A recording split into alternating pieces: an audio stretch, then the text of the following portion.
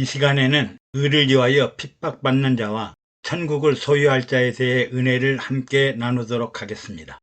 의를 위하여 핍박을 받는 자는 복이 있나니 천국이 저희 것입니다. 예수님은 심령이 가난한 자는 복이 있나니 천국이 저희 것이라, 또 의를 위하여 핍박을 받는 자는 복이 있나니 천국이 저희 것임이라고 하셨고, 또 의에 줄이고 목마른 자는 복이 있나니 저희가 배부를 것이며라고 말씀하셨습니다.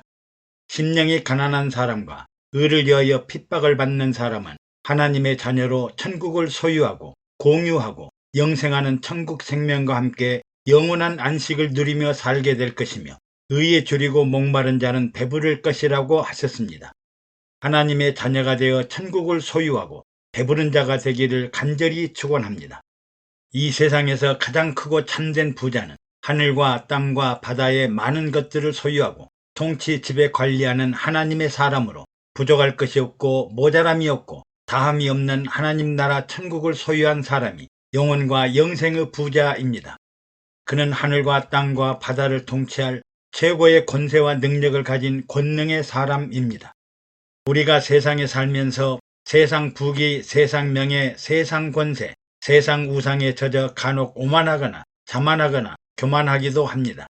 그러나 심령이 가난하고 또 하나님 나라와 그의 의를 위하여 목마르거나 핍박을 받으면서도 믿음을 잃지 않는 사람은 영원한 천국을 소유하며 배부르게 살게 됩니다. 사람은 누구나 사랑받고 칭찬받고 존경받기를 원하지 핍박이나 고통당하는 것을 원치 않습니다. 사랑받고 칭찬받고 존경받으려면 하나님과 사람 앞에 부끄러움이 없는 의로운 사람이어야 합니다. 특히 존경하는 사람에게 칭찬받고 사랑받으면 이보다 더 즐거운 일이 없으며, 특히 지존자이신 하나님에게 사랑받고 칭찬받는다면 그 기쁨은 천국을 다 소유하는 기쁨과 같을 것입니다. 그러나 미움과 핍박을 받거나 사랑받지 못하면 근심에 빠지고 슬퍼하거나 괴로워합니다. 그러나 낙심하지 말아야 할 일은 우리가 남을 핍박하는 자가 아니라 차라리 핍박을 받더라도 하나님 나라 천국 백성, 시민권자들이 되어야 합니다. 남을 핍박하지 말라, 남을 괴롭게 하지 말라, 남을 속상하게 하지 말라, 남을 힘들게 하지 말라, 남을 비난하지 말아야 합니다. 그리고 오히려 의를 위하여 핍박을 받고 이기는 자는 천국 생명과 영생의 복을 보장받습니다.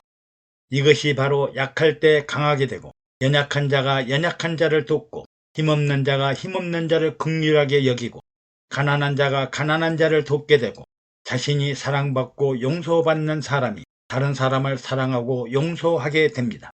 그러면 왜 기독교인들은 핍박을 받으며 살아갈까요? 경건하고 거룩하게 살려고 하면 핍박을 받는다고 했습니다. 세상 사람들은 천국이 어디 있느냐, 현실이 지옥인데 죽어서 천국에 가면 무슨 소용이 있단 말인가, 또 어디 가서 봉사하지 말라, 너를 신분이 낮은 종이나 노예로 우습게 생각할 테니 차라리 돈을 내라, 또 정직하고 신실하고 충성되이 살려고 하지 말라, 그러면 융통성이 없어 가난하고 외롭게 살게 된다고 합니다. 무릇 그리스도 예수 안에서 경건하게 살고자 하는 자는 핍박을 받으리라고 합니다. 경건과 핍박이 함께 존재합니다. 어둠과 빛이, 진리와 미혹하고 유혹하는 일이, 믿음과 시험이 함께 존재합니다. 즉 예수 믿고 경건하게 살려고 하면 핍박을 받게 되어 있다는 것입니다. 그 사람들 속에 경건함과 거룩함이 없고 사랑과 용서가 없고 빛과 진리와 생명과 영혼이 없으므로 자신들의 인본주의 생각과 현실주의에 입각한 이성과 경험을 토대로 살고 있으므로 길과 진리와 생명과 영혼이 없기 때문에 자신들만이 옳다고 남을 핍박하게 됩니다. 그러므로 만약 당신이 하나님과 예수 그리스도와 성령과 교회와 영혼과 믿음과 영생으로 인해 핍박을 받는다면 하나님이 내주 내재 동행동거 교통교제석에 살고 있음을 알고 기뻐하고 즐거워하며 살아야 합니다. 만약 믿는 자들에게 핍박이 없다면 당신은 영원히 잠자거나 영원히 병들었거나 영원히 죽었거나 영원히 없는 사람과 같을 것입니다. 영원히 살아있는 자, 깨어있는 자, 애통하는 자, 갈급하고 목마른 자가 주님의 사랑받고 주님의 뜻을 이루는 합당한 사람이 될 것입니다. 또 천국을 소유한 사람은 세상과 타협하거나 협상하거나 우상 숭배하거나 믿음이 파산하여 상황 논리에 굴복하지 않기 때문에 핍박을 받습니다. 진리를 위해 살려고 하고 진실하게 살려고 하면 더욱더 핍박을 받게 됩니다. 그러나 적당하게 타협하며 살려는 사람은 핍박이 없습니다. 못을 박기는 쉬워도 한 번 박은 못을 빼기는 참 어렵고 한 번 구부러진 것을 반듯하게 펴려는 사람은 더욱더 힘이 듭니다. 요즘 사람들은 낡은 집을 수리하는 것보다는 차라리 새 집을 살려고 합니다. 낡은 집을 새 집으로 수리하려면 더욱더 힘이 들고 고생을 합니다. 의로운 사람은 의롭게 살고 악한 사람은 악하기 때문에 핍박을 받게 됩니다. 가인같이 하지 말라. 저는 악한 자에게 속하여 그 아우를 죽였으니 어쩐 연고로 죽였느뇨. 자기의 행위는 악하고 그 아우의 행위는 의로움이니라. 창세기 3장에 형 가인이 동생 아벨을 죽인 이유가 바로 형 가인의 행위는 악하고 동생 아벨의 행위는 의롭기 때문에 하나님이 동생의 제사를 받아들이고 자신의 제사를 즐거이 받지 않으시자 동생을 죽이고 맙니다. 형이나 동생이나 똑같은 죄인이었다면 문제가 되지 않습니다. 그러나 불행하게도 한 사람은 의롭고 한 사람은 악하기 때문에 문제입니다. 또 한 사람은 사랑받고 한 사람은 미움을 받기 때문입니다. 오늘날 이 세상은 항상 동서남북이 있고 상하고저가 있고 선과 악이 상존하고 악한 것과 의로움이 상존하고 있기 때문입니다. 악한 사람들은 세상 사람들 모두가 자신들과 같이 함께 악해지기를 바랍니다. 왜냐하면 모든 사람이 악한데 한 사람만이라도 선한 사람이 있다면 모든 사람의 악이 드러나기 때문입니다. 모든 사람이 거짓말하면 세상은 다 그렇게 넘어갈 수 있으나 한 사람이라도 진실한 사람이 있으면 모든 사람이 거짓말쟁이가 되고 맙니다. 선한 사람이 악한 사람을 미워하듯이 악한 사람은 반드시 선한 사람을 미워합니다. 모든 사람이 어떤 일을 할 수 없다고 하는데 갑자기 다른 사람이 그 일을 해냈다고 하면 부인했던 사람들은 모두가 무능력자가 되고 말기 때문에 온갖 저주와 비난을 퍼붓게 됩니다. 어떤 핍박을 받아야 복이 있을까요? 모든 핍박이 복을 받는 것이 아니라 의를 위하여 핍박을 받아야 복이 있습니다. 핍박의 종류에는 여러 가지 핍박이 있습니다.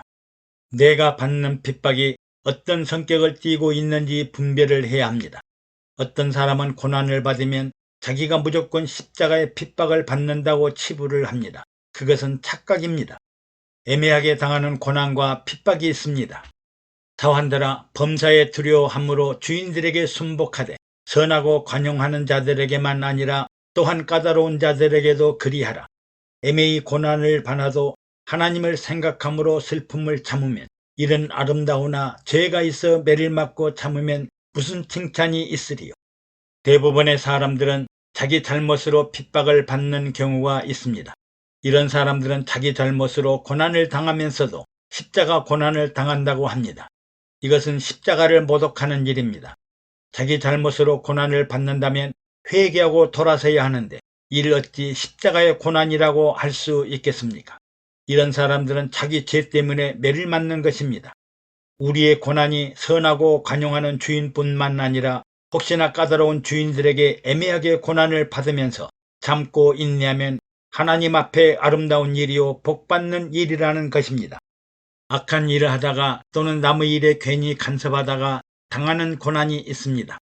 너희 중에 누구든지 살인이나 도적질이나 악행이나 남의 일을 간섭하는 자로 고난을 받지 말려니와 만일 그리스도인으로 고난을 받은즉 부끄러워 말고 도리어 그 이름으로 하나님께 영광을 돌리라고 합니다.